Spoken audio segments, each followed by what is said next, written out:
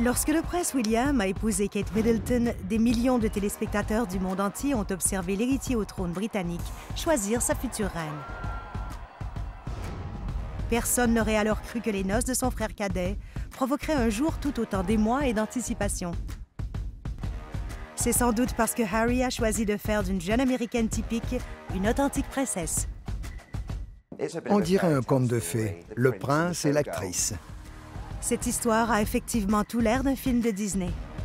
C'est une histoire de Cendrillon tirée de notre enfance. L'histoire de Meghan Markle et du prince Harry a montré à de nombreuses jeunes filles que ça peut aussi leur arriver. Elles peuvent devenir princesses. Tout le monde veut se sentir princesse. Nous vous décrirons aujourd'hui tous les détails de l'événement et vous révélerons même les prédictions d'un astrologue pour le couple. Ils vont lutter pour cette relation. Ils se regardent dans les yeux et se tiennent tout le temps la main. Ce mariage, célébré dans le monde entier, annonce toutefois un grand changement chez l'une des plus anciennes familles royales régnantes au monde. C'est bien plus qu'un simple mariage. C'est un bouleversement culturel. Quelle incroyable histoire d'amour, non? C'est le rêve de toutes les petites filles. Depuis l'annonce officielle de leur fiançailles en novembre 2017, il ne se passe pas une semaine sans que l'histoire d'amour du prince Harry et de Meghan Markle ne fasse la une des journaux à potins. La presse britannique a été brutale, absolument impitoyable et grossière. Le harcèlement, c'est horrible. Les spéculations sur les chances de réussite de cette union ne se sont pas fait attendre, mais tout porte à croire que Meghan est la compagne idéale pour Harry et qu'elle saura s'intégrer dans la famille royale. Les journaux changent de ton maintenant que Harry a annoncé qu'elle sera sa femme. Un mariage comme ça suscite une énorme couverture des médias. Ils ne veulent pas être tenus de dire « Vous souvenez-vous de ces choses horribles qu'on a dites sur Meghan? Eh bien maintenant, nous sommes vraiment heureux pour eux. » Meghan a démontré qu'elle est prête à relever ce défi. En Meghan, Harry a trouvé la femme parfaite. Ils se sont connus par l'entremise d'une connaissance commune. Elle ne courait pas après lui, comme 1 million de femmes en Angleterre qui voyaient en lui le célibataire le plus convoitable. Harry et Meghan partagent l'amour du sport. On l'a vu aux Jeux Invictus. Elle participe à beaucoup d'œuvres humanitaires, ce que Harry est fier d'encourager. À mes yeux, ils forment une équipe de rêve. C'est vraiment une histoire hollywoodienne, le prince et l'actrice qui s'unissent. Et c'est une histoire merveilleuse. Meghan était déjà une célébrité. Elle comprend ce qu'il faut faire quand on est le point de mire des regards. Ce n'est pas comme la princesse Kate qui vivait dans un autre monde. Meghan connaît son meilleur angle. Elle sait comment être belle et comment se présenter devant des millions de personnes. Je suis ici depuis 3 mois. C'est très important pour moi de ne pas perdre de temps, d'aller de l'avant, même si on le fait discrètement en coulisses. Ce sur quoi j'ai concentré mon énergie jusqu'à présent, c'est de rencontrer les bonnes personnes, les bonnes organisations, d'apprendre tout ce que je peux afin de tirer le meilleur parti possible de l'occasion qu'on a ici d'apporter du changement. Si déménager dans un autre pays, planifier un mariage et se joindre à la monarchie britannique ne suffisait pas, Meghan plonge de façon spectaculaire dans cette vie très publique, charmant la population de Londres jusqu'à Belfast. Soyons honnêtes, les membres de la famille royale jouent un rôle. C'est comme ça. Meghan est déjà formée à ça, ayant été actrice en Amérique. Elle joue un rôle, qu'elle se trouve ou non devant les caméras. Si on regarde ce qui se passe jusqu'à présent, la réaction qu'ils ont reçue à Nottingham, les gens sont enchantés.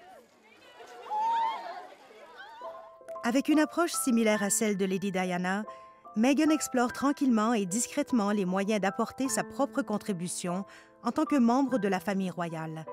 Au début de l'année, elle visite les survivants de la tragédie de la tour Grenfell et la mosquée voisine qui a servi de base de triage lors de l'incendie. Ça montre que Meghan est courageuse. Le fait qu'elle soit allée à la tour Grenfell, où il y a eu des pertes de vie épouvantables dans des circonstances horribles, ça prouve qu'elle n'a pas peur de ce genre de situation. La visite secrète de Meghan aux victimes de la tour Grenfell n'est pas officielle. Cette initiative de sa part ouvre les yeux des critiques qui ont pu douter de ses motivations. On ne sait pas comment ça a été organisé. Il semble que c'était une visite privée, mais c'est sorti assez rapidement dans la presse. Ça n'a pas nui à son image. Il y a donc aussi un côté relations publiques à tout ça. Le palais a démontré une grande intelligence dans la façon dont il a présenté Meghan au monde, comme une femme dévouée aux causes humanitaires. Ça révèle quand même son courage. Elle n'a pas peur des situations difficiles et elle sait y faire face. Quand Meghan va s'intégrer à la famille royale, ça va être intéressant de voir l'influence qu'elle va avoir sur la famille. Ses idées progressistes, ce qu'elle veut faire. C'est une femme très surprenante, très entreprenante, très intelligente et très diplomate. C'est aussi une grande philanthrope. Elle va donc vouloir parler des choses qui la passionnent. Ça va rendre la famille royale beaucoup plus progressiste et passionnée. On va avoir l'impression de connaître ces gens-là un peu mieux. Le lien étroit qui unit Harry et Meghan est tangible. Le couple amoureux jure que ça a été le coup de foudre entre eux. D'après un astrologue et médium renommé, Calvin Witcher, c'était aussi inscrit dans les étoiles. Elle est du signe du lion, lune en balance, ascendant lion. Les lions sont très dynamiques. Ils sont aussi très séduisants. Tout le monde le sait quand ils entrent dans une pièce. On les voit, on les remarque. Ils ont un fort magnétisme. Une grande partie de son charme lui vient du signe de la Vierge, de la lune en taureau et du Capricorne comme ascendant, ce qui crée une dynamique intéressante. Les Vierges ont tendance à être très minutieux, de nature très analytique.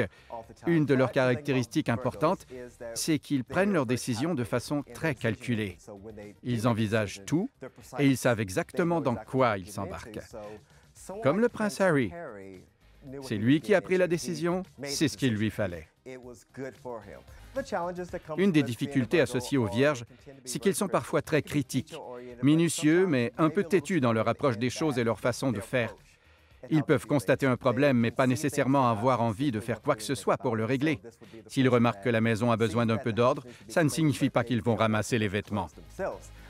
Il aura donc fallu une femme passionnée et volontaire du signe du lion pour donner à Harry l'amour et le soutien dont il a besoin. Les lions sont intéressants. Un des défis qui se posent, c'est qu'ils aiment être les premiers. Ils adorent être le centre d'attention, être connus et appréciés. Quand ce n'est pas autant le cas qu'ils le voudraient, ils peuvent devenir un peu agressifs, un peu autoritaires. Ils manifestent parfois de la colère dans cette dynamique. Il arrive aussi qu'ils soient envahissants. Je vois des choses intéressantes dans leur tableau numérologique, encore plus que dans leur carte astrologique.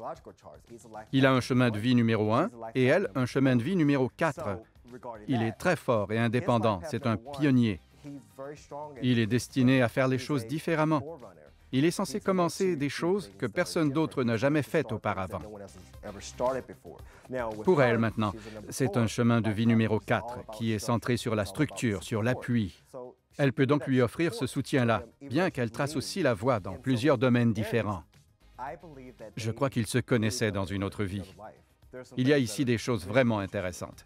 Ça ne me surprendrait pas qu'ils aient déclaré avoir eu le coup de foudre, que tout leur avait paru si naturel.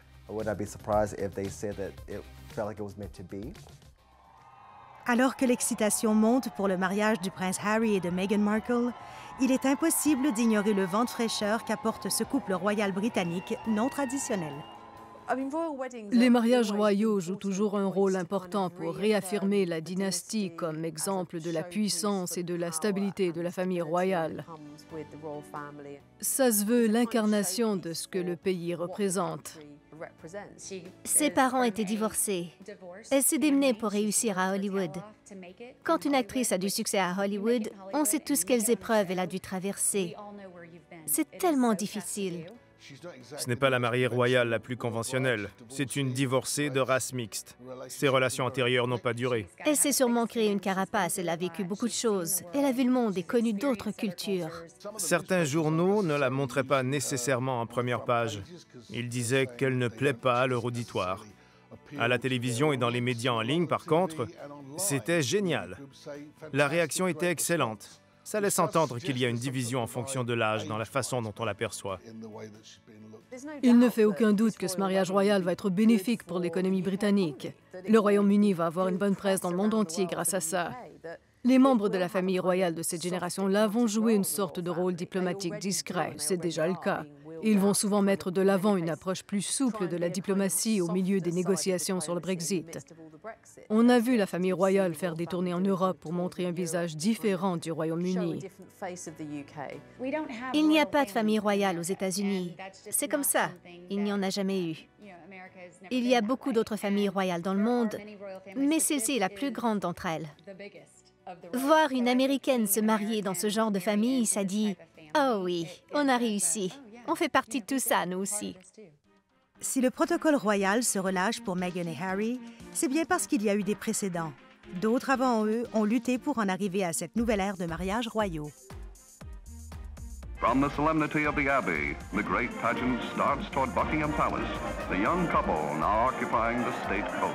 La reine Élisabeth II a dû affronter une opposition farouche quand elle a révélé son intention d'épouser le prince Philippe de Grèce et du Danemark. On the balcony, where kings and queens have appeared unnumbered times on great occasions, the young couple happily share the supreme day of their lives with their countrymen. Cette union royale médiatisée a donné le ton pour la suite, comme en témoigne l'union scrutée à la loupe du prince William avec Kate Middleton, une compagne de l'université. Kate, une roturière, est vite devenue la cible des critiques et des paparazzis. William et Kate ont même intenté une poursuite quand on l'a photographié seins nus. Je crois cependant que ce qui inquiétait le plus Kate, c'est l'ingérence des paparazzis dans la vie de ses enfants. Elle a aussi beaucoup poussé William. 3 des 4 enfants de la reine Élisabeth étant divorcés, qui aurait pu nier le bonheur à ce jeune couple? Le mariage a non seulement reçu l'aval de la famille royale, mais aussi celui de 2 milliards de personnes dans le monde.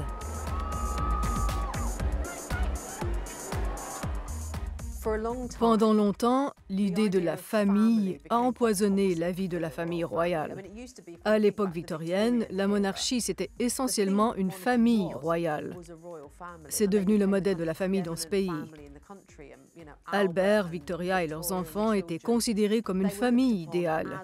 Et c'était le produit que la monarchie offrait, incarner ce genre de royauté familiale.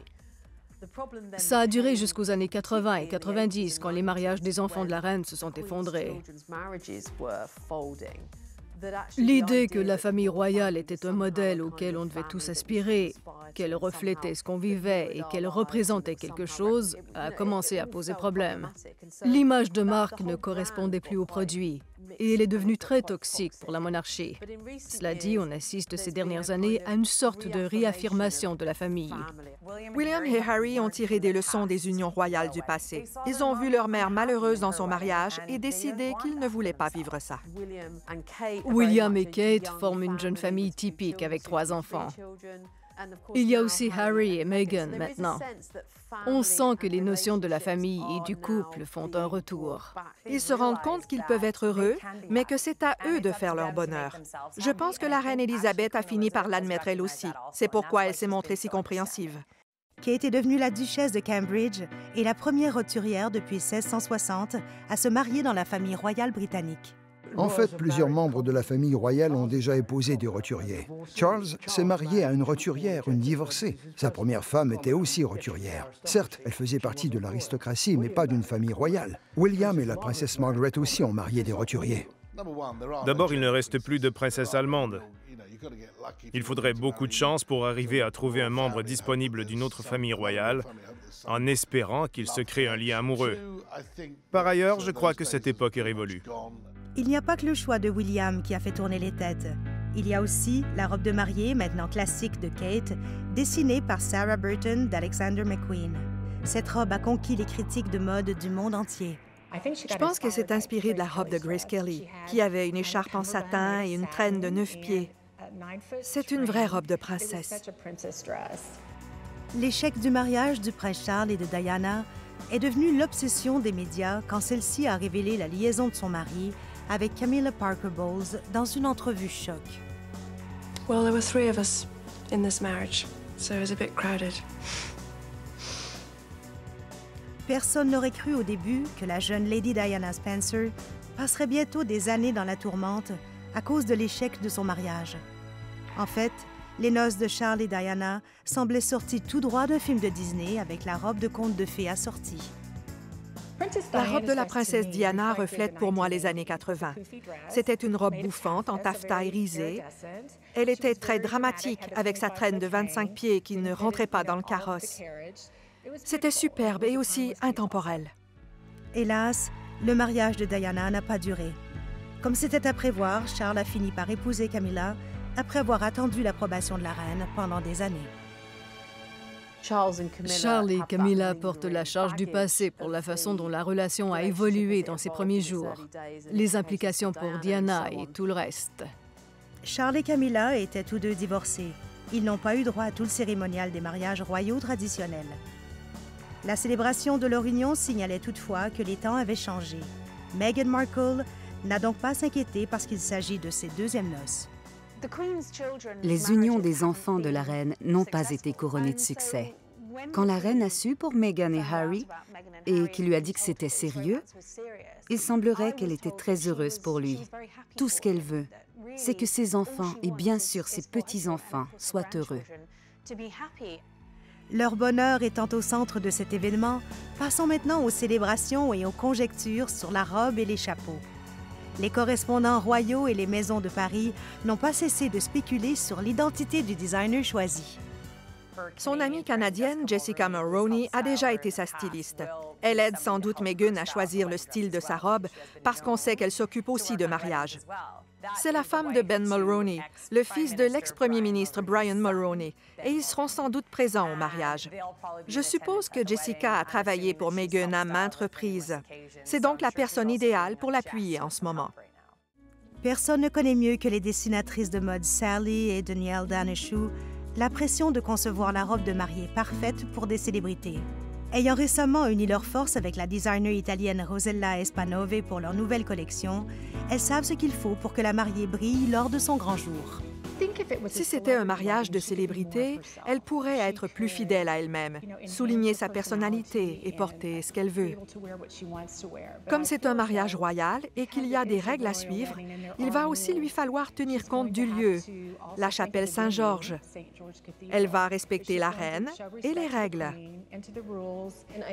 Il y aura probablement un jupon ou un autre accessoire sous la traîne de sa robe pour ajouter à l'effet dramatique. Parce qu'au moment où elle va entrer dans la chapelle Saint-Georges, tout le monde va l'observer. Il va falloir que ce soit saisissant. Ça va être vraiment intéressant après le mariage du prince Harry et de Meghan Markle de voir quel effet la fièvre Meghan va avoir et à quel moment. La robe de mariée, c'est ce qu'un designer peut faire de mieux dans toute sa carrière. Ça va lancer une nouvelle tendance vestimentaire. Si l'histoire se répète, ça va se produire immédiatement, comme pour Kate. Dès le moment où Kate est sortie en robe de mariée avec des manches, les manches sur les robes de mariée sont devenues très populaires. La robe de Kate a été copiée bien des fois en changeant le format et les matériaux. Meghan sort sous les feux de la rampe le 19 mai et dévoile sa robe de mariée à 1 milliard de spectateurs, provoquant la frénésie dans le monde de la mode. Tout le monde va vouloir s'habiller comme Meghan au moment où elle s'est montrée le jour de son mariage.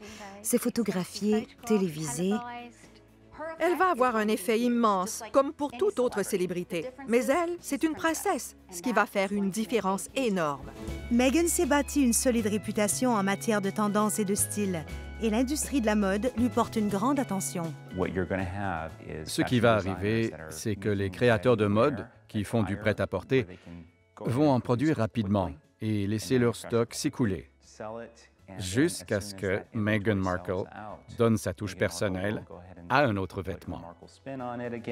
En tant qu'actrice, Meghan était déjà reconnue pour son élégance. Maintenant qu'elle est membre de la famille royale, son style à la fois accessible et soigné fait augmenter les ventes de vêtements à l'échelle planétaire. C'est bien plus qu'un simple mariage. C'est un bouleversement culturel. Meghan va conserver son style individuel chic et décontracté. Il va même en être rehaussé parce qu'elle a maintenant accès à toutes les marques du monde en vérité. Les gens vont s'attarder aux tendances mode, mais ils vont aussi être à l'affût de ce qui se passe culturellement. Qui est là?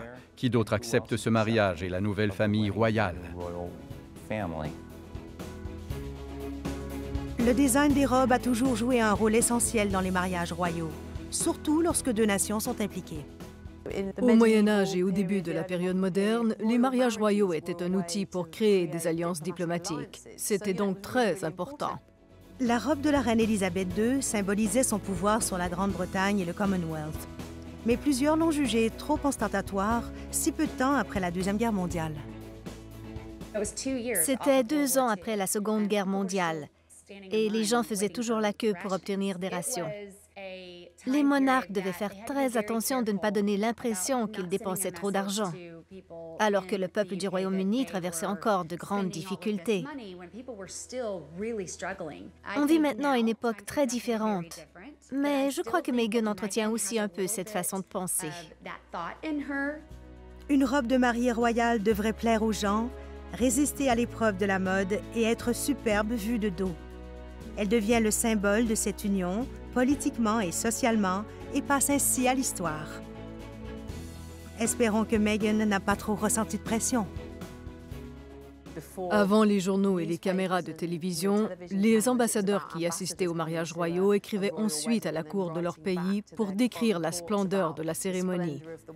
C'était une indication de la force, de la puissance et de la richesse du pays hôte. Ce mariage est en fait un moment de grand bonheur pour la nation. Le Brexit a fait naître un pessimisme envahissant. Les prévisions économiques ne sont pas très encourageantes.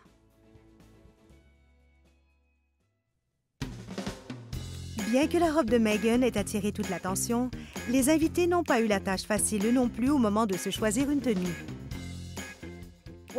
Qu'est-ce qu'on porte à un mariage royal? C'est difficile, non? C'est probablement la tâche la plus ardue qu'on puisse avoir dans sa vie vestimentaire. Le chapeau est une partie essentielle de la tenue féminine. Pour les Américains, c'est une décision très complexe. Porter un chapeau ou ne pas en porter? Telle est la question. Les Britanniques adorent les chapeaux, et un tel événement l'illustre parfaitement. Le style des chapeaux est une chose dont tout le monde parle dans ces grandes occasions, encore plus s'il s'agit d'un mariage royal. Grand ou petit, large ou étroit, plat ou incliné, ils ajoutent une touche de fantaisie aux tenues des invités, sans pour autant leur permettre d'éclipser la mariée. J'imagine beaucoup de chapeaux, de capuchons, de couleurs pastel et beaucoup de perles. Je crois que les Américains vont prendre exemple sur la personnalité de Meghan, comme pour dire « c'est ce qu'on est, elle est des nôtres et c'est ce qu'on représente ». Meghan Markle n'est pas la première actrice ni la première Américaine à se marier dans une famille royale. Quand l'actrice américaine Grace Kelly épouse le prince Régnier III de Monaco en 1956, la principauté traverse une époque politiquement et financièrement turbulente. L'équilibre et l'élégance de la nouvelle princesse apportent un vent d'air frais à ce petit pays et une diversion des mieux accueillis. Elle n'est peut-être pas de sang bleu, mais elle fait tout de même partie de la royauté hollywoodienne. La robe de mariée de Grace Kelly est vraiment intemporelle. C'était un cadeau de son amie Helen Rose. Grace a apporté la robe d'Amérique, je crois, et ils l'ont modifiée. Elle avait 2 jupons en taffetas et de la dentelle de Bruxelles de 125 ans. Cette robe a vaincu l'épreuve du temps. Je trouve que c'est une des plus belles. Si je devais comparer Meghan à une épouse royale du passé, ce serait peut-être Grace Kelly. 2 actrices et vedettes de Hollywood qui se sont jointes à une institution très différente en se mariant. Ce qu'il y avait de merveilleux chez Grace Kelly, c'est qu'elle était empathique et bienveillante. Le grand public tombe amoureux des gens comme ça. C'est utile d'établir une comparaison avec la princesse Grace quand elle s'est mariée dans la famille princière monégasque. Elle a dû abandonner la vie qu'elle avait toujours connue. Elle est venue de Hollywood pour s'installer dans une toute petite principauté, Monaco, mais dans son cas, ça a fait connaître Monaco au monde entier. Grace Kelly a peut-être ouvert la voie à Meghan, mais la jeune mariée devra tracer son propre chemin dans cette nouvelle vie. Meghan n'a pas besoin de faire connaître le Royaume-Uni, et la famille royale est très célèbre. Mais tout comme la princesse Grace a apporté un peu de magie à la famille princière et a saupoudré de la poussière d'étoiles, je crois qu'on va voir la même chose avec Meghan. Meghan est un esprit libre. Elle va faire preuve de circonspection pour ce qui est des choses qu'elle accepte de faire, tout en cherchant à aller au bout de ses convictions. Ça devrait donner un mélange intéressant cette fois-ci. On pourrait dire que Meghan se soucie beaucoup de la santé et de la bonne alimentation, Son ancien blog, The Tig, encourageait l'adoption de modes de vie sains. J'aurais voulu partager tellement d'autres choses. J'ai vraiment un amour naturel profond des voyages et de la nourriture. Mariage ou pas, Megan s'assure de consommer des aliments sains et des jus de fruits et des légumes au quotidien. Megan s'est mise en excellente forme récemment avec une combinaison de régime végétalien 5 jours par semaine et de jus. Les options végétaliennes et végétariennes sont de plus en plus populaires et faciles d'accès, surtout dans les restaurants. Suivre un régime végétalien bien structuré, ça signifie bénéficier d'une plus grande quantité de fibres et de magnésium. Ses habitudes alimentaires et sa saine vision de la vie ont également déteint sur Harry. Le prince semblait en grande forme à l'approche de son mariage. Quand on suit une diète végétalienne ou qu'on change de régime alimentaire, c'est toujours plus efficace si les deux conjoints y participent. De la même façon, un effort pour obtenir un changement physique peut être entravé quand un des conjoints ne s'implique pas complètement. Si Harry profite de ce que fait Meghan, ça ne peut être qu'une bonne chose. Ils peuvent tous deux se sentir confiants quant à leur mariage et leur avenir. En plus de bien s'alimenter, Meghan a aussi fait du yoga l'une de ses habitudes quotidiennes. C'est principalement grâce à sa mère qui l'enseigne à Los Angeles. Le yoga peut s'avérer très bénéfique pour quelqu'un avant le mariage, si on pense au stress et à l'anxiété liée à sa planification. Le yoga est très relaxant. C'est bon pour le flux sanguin, la santé mentale et le stress. Inspire. On descend. Détends-toi. Le yoga peut seulement avoir un effet positif. Selon mon expérience, c'est habituellement la flexibilité ou la mobilité, l'amplitude des mouvements d'une personne, ou sa capacité d'emprunter certaines positions qui ont le plus d'incidence sur l'efficacité d'un régime d'exercice. On se détend. Nous sommes en mai. De nombreux membres de la Maison royale s'affairent au château de Windsor, qui grouille d'activités. Résidence de monarques anglais et britanniques depuis près de 1000 ans, c'est ici que doit avoir lieu le mariage du prince Harry et de Meghan Markle, dont l'histoire d'amour féerique a capté l'attention des médias du monde entier. It's going to be very interesting because the royal wedding won't be in London. First of all, it's going to be in Windsor, which is a beautiful place. But I think what's going to be very interesting is, first of all, how are the massive crowds going to be managed? Because that whole place is going to be full of so many tourists, so many people from London coming up and wanting to see or get a glimpse of the royal family. Les hôtels sont bondés, cartes postales, tasses à l'effigie. Construit au 11e siècle par Guillaume le Conquérant, le château de Windsor est la plus ancienne demeure royale habitée d'Europe. Son histoire est si riche et longue qu'il faut tout un contingent d'historiens et de conservateurs pour administrer le site. Le château de Windsor a été construit sur les ordres de Guillaume le Conquérant, qui a envahi l'Angleterre en 1066. Il y avait un vieux palais royal dans ce qui s'appelle maintenant Old Windsor, qu'on nommait encore simplement Windsor à l'époque. William a décidé de construire son palais sur cet affleurement sur la colline. Et il est immense d'ailleurs. C'est en fait le plus grand château habité dans le monde. Avec ses terrains majestueux, ses intérieurs ornementés et ses illustres anciens occupants, ce château et son histoire donnent un tout nouveau sens au dicton « Si les murs pouvaient parler ». Presque tous les rois et toutes les reines d'Angleterre y ont vécu à un moment donné, et c'est l'une des résidences préférées de notre reine. Le coût de ce mariage royal est un des sujets qui font le plus parler. Les organisateurs d'événements estiment qu'avec la sécurité, cette célébration pourrait occasionner des dépenses de plus de 42 millions de dollars. On vit dans une période très grave où le terrorisme sévit. Un grand mariage à Londres, ça devient un cauchemar pour la sécurité. Pour un mariage moins important, à Windsor, il est possible de sécuriser la zone. Le château de Windsor peut être isolé. Les mesures de sécurité sont vraiment exagérées. L'accès à Windsor va être fermé. Un trajet en voiture, en calèche ou à pied dans les rues de Windsor, ça peut se contenir. Ce n'est pas un cauchemar comme ça le serait à Londres, parce qu'il y a une longue route à faire du palais de Buckingham jusqu'à l'abbaye de Westminster. Il faut la sécuriser. Ça signifie beaucoup de policiers sur le terrain. Et qui paie tout ça? Les contribuables. C'est beaucoup d'argent. La famille royale prend en charge la plupart des éléments traditionnels du mariage. Meghan, grandement admirée pour son style vestimentaire, aurait elle-même payé sa robe. Ce sont toutefois les contribuables britanniques qui doivent débourser pour l'aspect le plus coûteux d'entre tous, la sécurité. La reine et le prince de Galles ont dit qu'ils prennent en charge le coût du mariage et de la réception. Les contribuables n'auront pas à payer ça.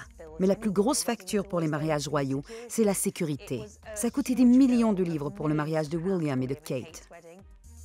Les réunions du G20, l'Assemblée des Nations unies et les Jeux olympiques sont tous des exemples concrets de déploiement de sécurité intense et coûteux de cette nature.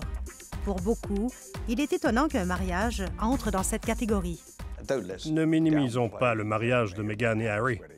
Certes, ce n'est pas l'abbaye de Westminster, ni la cathédrale Saint-Paul. Personnellement, je ne crois pas que ça nuise beaucoup à son retentissement. Pour la sécurité, par contre, c'est beaucoup plus facile. Le château de Windsor est déjà une zone sécurisée. Les mesures de surveillance sont définies. Il faut seulement les réviser. Sur ce plan, c'est une très bonne décision. La cérémonie doit inévitablement avoir moins d'ampleur à Windsor, parce que c'est un lieu très différent du centre de Londres. Mais la sécurité reste primordiale. Au château de Windsor, c'est plus petit, plus joli. La situation est facile à maîtriser. La menace n'est donc pas aussi grande à Windsor comme ce serait le cas dans le centre de Londres. Plusieurs s'empressent toutefois de souligner que les mesures de sécurité ne servent pas uniquement à protéger la famille royale et ses invités, mais aussi le grand nombre de Britanniques et d'étrangers qui se présentent à la célébration. We're from Los Angeles, California. Yes, upstate New York. Come and see the big shindig that's going to happen. The wedding, yes. We're happy for her, but we feel like he picked the wrong American. I was free. I'm not now, though, but I was free last year. Ce déploiement exige une coordination incroyable. Il comprend la surveillance par drone, des escadrons de police à cheval et des contrôles de sécurité comme dans les aéroports. Les routes sont fermées à partir de 8 heures du matin. Il y a tellement de présence policière. On n'a jamais vu ça avant. On ferme pendant le mariage pour ouvrir probablement vers 1 heure ou 2. Avec 92 000 personnes qui descendent la rue du Parc. J'espère que le coût va être compensé par l'essor du commerce touristique en Grande-Bretagne à la suite du mariage royal. C'est certainement ce qu'on a vu en 2011. C'est génial. Les médias du monde, les gens. On attend de 25 à 40 000 personnes sur cette pelouse. De partout. Mexique, Brésil, Norvège, Japon, États-Unis, Australie. Harry et Meghan auraient pu se marier dans la prestigieuse abbaye de Westminster.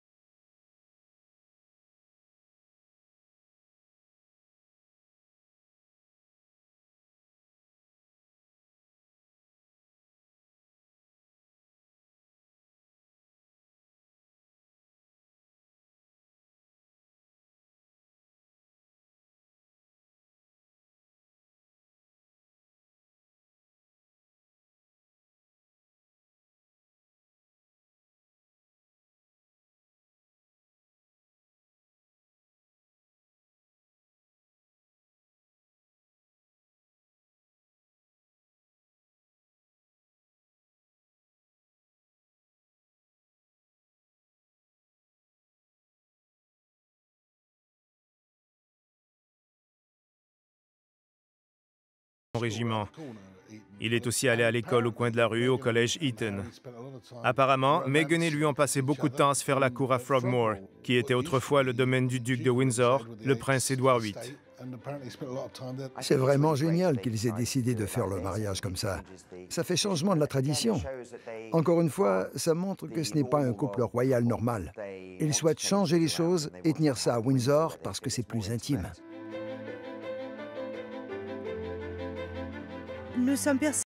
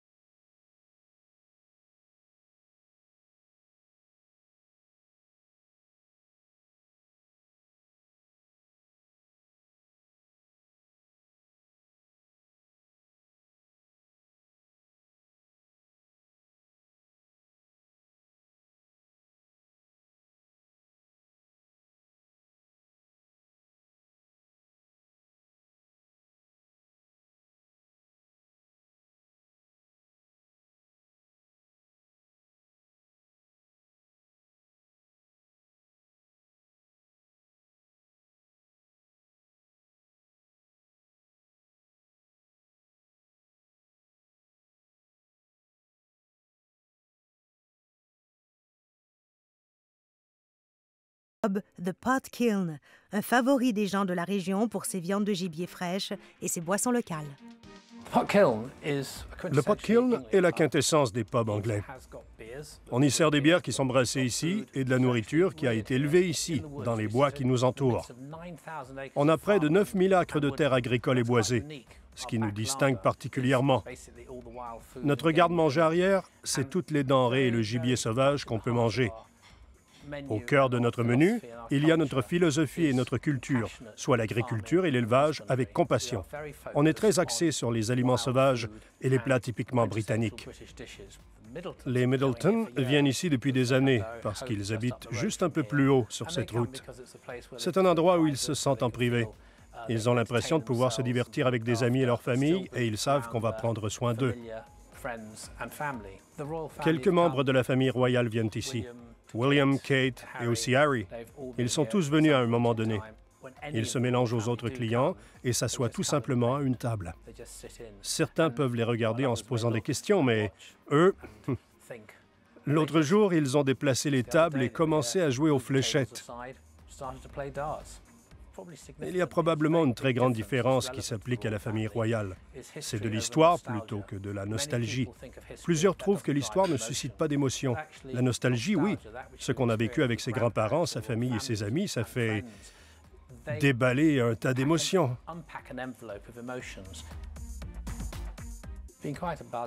On a beaucoup parlé du mariage de Meghan et Harry, parce que, bien sûr, une partie de la famille vit ici. Je pense que ça remonte le moral des gens.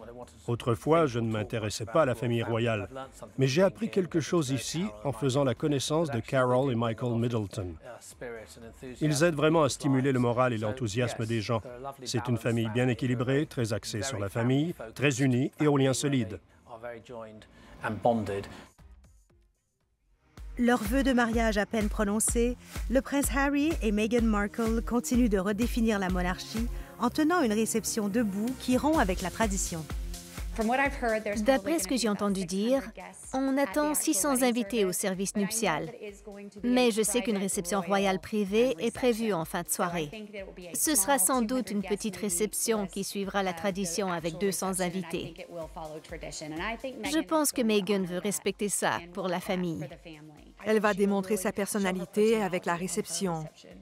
Ça va être élégant, avec toutes les traditions royales du passé de leur famille. On peut s'attendre à l'inattendu. Je crois qu'il y aura beaucoup d'ornements. Meghan et son prince se sont impliqués dans toutes les étapes de la conception du menu et ont même participé à des dégustations. Le couple royal a goûté à tout. Il a supervisé chaque détail. Ils ont également demandé que chaque plat soit créé à partir d'autant d'ingrédients locaux et saisonniers que possible. Le chef royal, Mark Flanagan, et son équipe sont ravis de cette demande, car c'est justement le moment de l'année où les produits saisonniers britanniques sont les plus succulents. Le couple a voulu s'assurer qu'on utilise autant que possible des produits locaux et de saison pour l'ensemble du menu. Le beau temps récent nous aide vraiment à satisfaire cette requête. Une grande partie des denrées fraîches provient en fait des domaines de la reine. Difficile de trouver plus local que ça. On n'a pas souvent l'occasion dans la vie de préparer un mariage royal. C'est donc très spécial. Le soin et l'attention aux détails sont essentiels. C'est vraiment très excitant. Les invités dégustent des bouchées et de la nourriture en bol facile à manger pendant qu'ils se mêlent et discutent. Plus important encore, Harry et Meghan peuvent en faire autant. Ici, je prépare les truffes fourrées d'un délicieux mélange de chocolat au lait et de kirsch. Ce sont des petites douceurs typiques pour nos réceptions et soirées privées. Quand les invités sont convaincus qu'ils ne pourront jamais avaler une bouchée de plus, c'est l'heure de découper le gâteau de mariage qui, comme tout le reste, n'a rien de conventionnel. Meghan étant une fine bouche, elle a sûrement eu un peu d'influence. Mais je ne sais pas si le gâteau sera sans gluten. C'est à la chef pâtissière californienne Claire Pack qu'on a demandé de préparer le gâteau au citron et à la fleur de sureau, garni d'un glaçage à la crème au beurre et décoré de fleurs fraîches comestibles. Meghan a choisi un gâteau un peu plus américain que les gâteaux de mariage royal typiques du passé. On dit qu'il va être garni de crème au beurre et au citron. Je les imagine coupant dans ce gâteau et tout le monde en dégustant un morceau. Ça va être génial. Le réputé chef pâtissier du prestigieux hôtel Driscoll d'Austin, Texas, Antonio Sansalone, comprend bien l'importance de réussir le gâteau de mariage. J'adore l'inspiration florale avec la fleur de sureau. J'adore les combinaisons de saveurs. Ça évoque beaucoup plus la saison étant donné qu'il s'agit d'un mariage de printemps. Le Texas est bien loin du château de Windsor, mais certaines traditions demeurent universelles dans les sociétés imprégnées de coutumes ancestrales. Mon interprétation d'un gâteau de mariage anglais traditionnel, ça serait un gâteau aux fruits très dense, avec des couches de confiture de fruits à l'intérieur et couvert d'un fondant ou d'une pâte d'amande.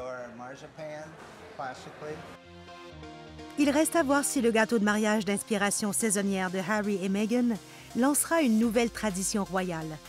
Grâce aux médias sociaux, nous pouvons toutefois parier qu'une nouvelle tendance mondiale va émerger dans l'industrie du gâteau de mariage.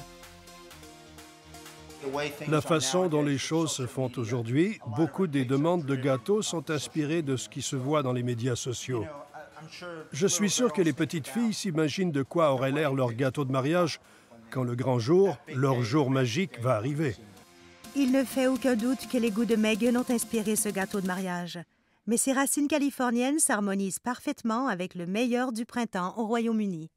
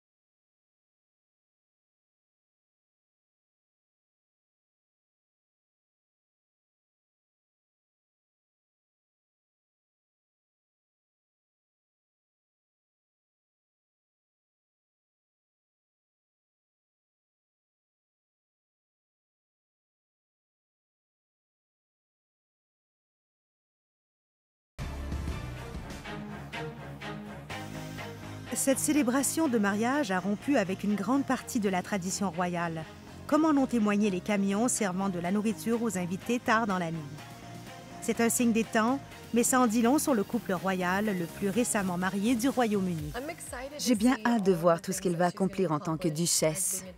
Je pense qu'elle apporte un vent de nouveauté et qu'elle va être une joueuse d'équipe cruciale dans la famille royale. Harry et Meghan semblent rompre avec le protocole quand bon leur semble, mais en conservant l'élégance et la grâce qu'on associe à la monarchie. Elle va peut-être trouver ça un peu ennuyeux de faire partie de la famille royale, parce qu'elle est habituée à l'éclat des plateaux de tournage et qu'elle a été vedette d'une émission de Netflix, Suits. Elle a toujours eu une attirance pour ce genre de célébrité. Si elle pense que ça va être pareil d'être membre de la famille royale, ce n'est vraiment pas le cas. Le peuple britannique gagne en Meghan une femme travailleuse et consciencieuse qui a les pieds bien sur terre. Elle sera indéniablement une source d'inspiration pour bien des gens dans son nouveau rôle. Je serais déçue que Meghan adopte un style trop classique, mais je pense que c'est inévitable. Elle va être encore capable de porter ce qu'elle veut à la campagne avec Harry ou pendant leurs nombreux voyages. Dans ces situations-là, elle va être elle-même avec son style bohème habituel. Mais il va falloir qu'elle se débarrasse pour de bon de ses jeans déchirés. La monarchie britannique a déjà subi une transformation en ce 21e siècle avec le mariage du prince William et de Kate Middleton. Ils ont réussi à faire les choses un peu différemment, bien que William soit un héritier direct du trône et ses enfants aussi. On aura le roi Charles et peut-être la reine Camilla avant le roi William et la reine Catherine. C'est ainsi que fonctionne la famille royale. C'est une monarchie constitutionnelle et c'est ce qui va se produire. Certains vont soutenir que ce sont les plus jeunes membres de la famille qui ont un rôle plus important à jouer pour faire avancer la monarchie dans le 21e siècle. Ce sont eux qui ont le contact avec la génération suivante. Le prince Charles a souvent fait des commentaires surprenants pour les gardiens du protocole, entre autres concernant son désir de transformer le palais de Buckingham en hôtel à l'occasion. Charles sera toutefois le prochain à accéder au trône et il est tenu d'observer un certain décorum. Il n'est peut-être pas en mesure de prendre les mêmes risques qu'un de ses fils. Les gens pensent qu'il va régner comme s'il était encore prince de Galles. Avoir une opinion sur diverses questions, se mêler de politique, se passionner pour certaines causes. Être une sorte de livre ouvert, relativement parlant. Il sait pourtant que ça ne peut pas continuer comme ça quand il va être roi. Ça va à l'encontre du rôle d'un monarque constitutionnel et il va devoir se taire. Je pense qu'il y a chez lui un sentiment croissant d'acceptation, qu'il en est conscient. Il ne fait quand même aucun doute que ça va être difficile pour lui de suivre les pas de sa mère. Qui sait ce qui va se passer? Tout ça est très imprévisible. C'est le prince William qui a dit un jour « Modernisation est un mot difficile à employer auprès de la monarchie parce que c'est tout le contraire de la modernité. C'est antique, c'est historique, c'est traditionnel. En fait, pour que la monarchie persiste et continue de prospérer, il faut qu'elle se modernise. La reine le reconnaît. C'est pour ça qu'on l'a vu sur Twitter, annoncer des choses sur Facebook et jouer dans une parodie avec son fils pour les Jeux Invictus avec les Obama. C'est une façon pour elle de se connecter à la société moderne. Elle se rend sans doute compte que le vrai lien pour l'avenir, c'est bien sûr la génération suivante de la famille royale. Les enfants de Harry et Meghan grandiront sous la surveillance qui découle de leur appartenance à la famille royale. Nous sommes cependant convaincus que Meghan apportera une nouvelle énergie à la famille et conservera un peu de son côté zen californien avec les futurs bébés royaux. Mon Dieu, vous vous imaginez? J'adorerais ça qu'il porte des t-shirts de Guns N' Roses et qu'il soit super américain. Je me demande parfois si elle va devenir plus conservatrice. Si elle a un enfant, c'est garanti. Elle s'est mariée dans la famille royale. Mais il faut aussi se rappeler que le prince Harry l'a épousée pour elle. Elle l'a épousée pour lui. Ça n'a rien à voir avec le protocole ou la famille. Ce qui compte, c'est leur amour. Je pense qu'elle fait partie de ceux qui sont assez forts pour rester cohérents. Elle est forte d'esprit. Elle va s'habiller comme elle veut s'habiller. C'est une bouffée d'air frais pour tout le monde. Elle va apporter le look Meghan Markle aux îles britanniques. Je pense qu'elle va conserver son style. On va la voir porter de superbes manteaux avec de jolis petits sacs à main.